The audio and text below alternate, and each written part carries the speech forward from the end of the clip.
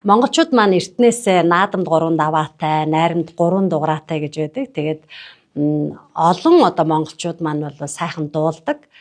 Орсон борон дуслаа. Эзгийчин гойсон.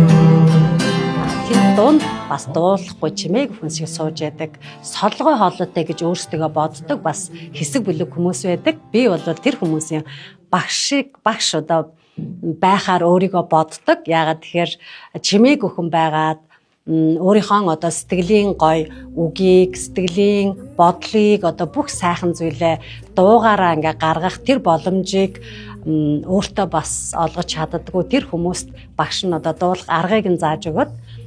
Тэгээд бусдтай хамт хоолой нийлүүлэн дуулах тэр боломжийг олгох одоо ийм багш нь бол би болёо гэж шийдсэн.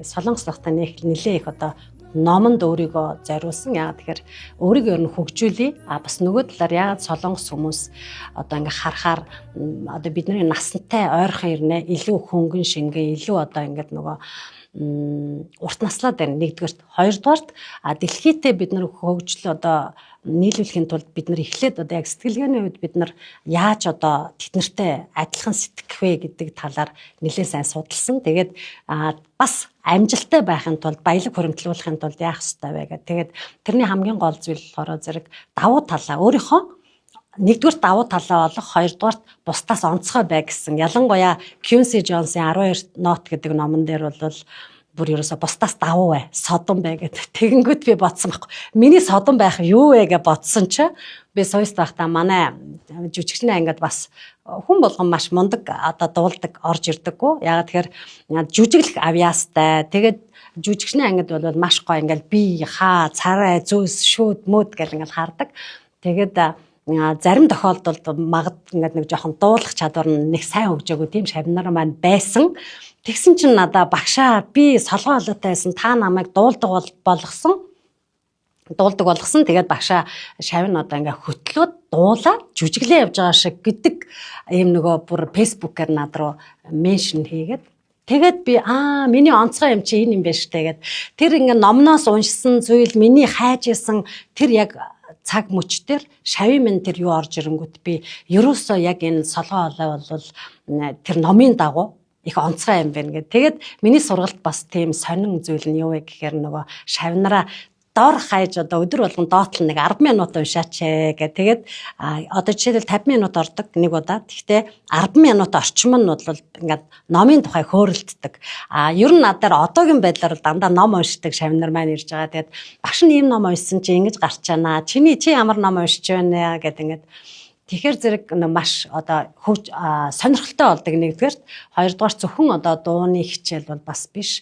Нөгөө талаар би айл болохоор тэр бомтны сэтгэлгээний одоо сэтгэлгээг судлаад шавнартайгаа яриа. За сайтны сэтгэлгээ бол ийм байдгийм байна. Тэ ядуу сэтгэлгээ бол ийм байдгийм байна. Одоо жирийн амьдралтай бид нар тэгэхээр сэтгэлгээгээ яаж өөрчлөх вэ гэдэг ингээд маш жижиг зүйлүүд дээр ажиллаж байгаа. Гэхдээ маш гоё үр дүнтэй.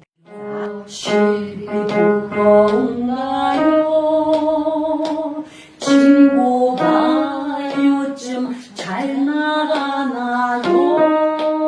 야외 흰짓은 янзган ямархан солгой хоолойтой гэж боддог зүйл нь бол яг тэр хөгжим дуу сонсох юмыг одоо хол байдаг. Аав ээж нь голцоо манайхан солгой хоолойтой угаасаа тийм байдаг юм чинь дуу хөгжим нэг сонсуулдаггүй. Тийм учраас хөгжөөгүй байдаг. Тэгээд тийм одоо их бүх өнгийн засахаар тийм нарийн ажиллагаатай хүмүүс бол бас байх нь байгаа. Янз янзлалтаа тухайн хүнээсээ болно. Гэхдээ би болохоор зэрэг ер нь нэгдүгээрт би яг үнэндээ сөрөг хүн авдаггүй. Над руу одоо чатаар ингээд юу яхаар одоо юу гэдгийг одоо нэг хандлага нь надад энэ нэг жоохон сөрөг байна гэх юм бол би одоо өөрөө үн цэнтэй зүйл өгж байгаа байж би одоо хин нэгэн хүний сөрөг энергийг авахыг хүсэхгүй болцсон учраас тэр хүнд хариулахгүй үлдээдэг. Тийм болохоор миний шавнартай бол надад ажиллахад одоо юу гэдэг хэцүү хүн бол тун ховор. Нөгөө талаар би бас эхнээсээ асуудаг. Чи яг үнэхээр хүсэж байна уу? Багшаасаа сурсан юмыг давтаж чадах уу? Ерөөс ийм л байдаг. Тэгээд чин хүслээрээсээ орж ирж байгаа хүнийг л би авдаг. Тийм болохоор надад бүр маш хэцүү зүйл бол байхгүй. Гэхдээ мэдээж амархан бол бас биш. Уулзалгүй удаа бисээ саханда уушиг сайхан нөхөд гэж байгаа.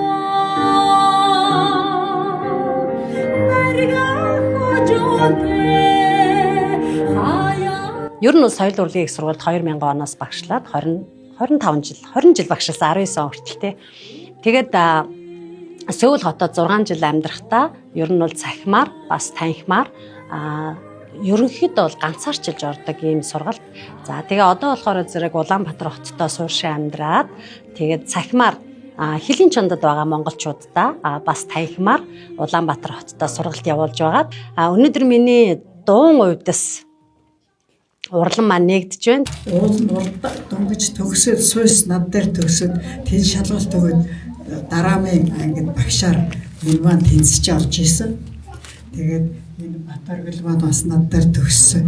Ийм хоёр хүүхэд байгаа. Эдгээр маань гээд удаа болтлын дуугаараа гээд амьдарч байгаа. Би одоо бас их баяртай байна. Та хоёртаа өшөө одоор бүтэлийн өндөр амжилт хүсье.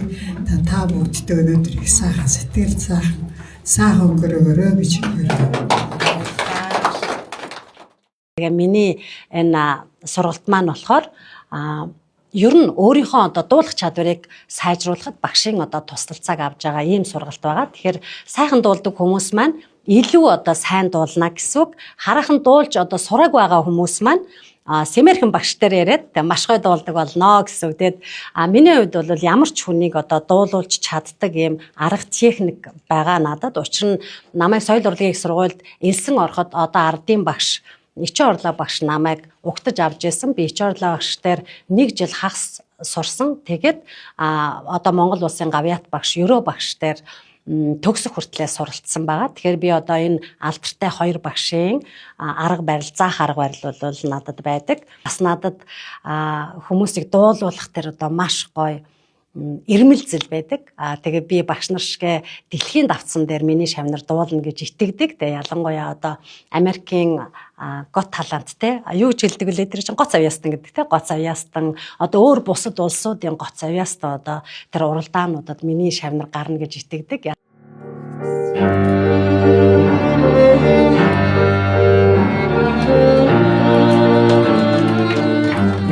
Ямар ч хэл дээр хүмүүс дуулах чадвараа хөгжүүлэхэд нь багш нь одоо туслая гэж энэ урлан нээсэн. Тэгээд энэ урлан маань сурхан хажуугаар бас давтах боломжтой. 2-3 танхимтай. Тийм учраас гэртээ одоо би давтаж амжихгүй байна гэж байгаа хүмүүс маань хаалгаа хаагаал гоё ингээд өөрөө панограма тавина, багшаасаа хичээл авчин тэгээд давтна.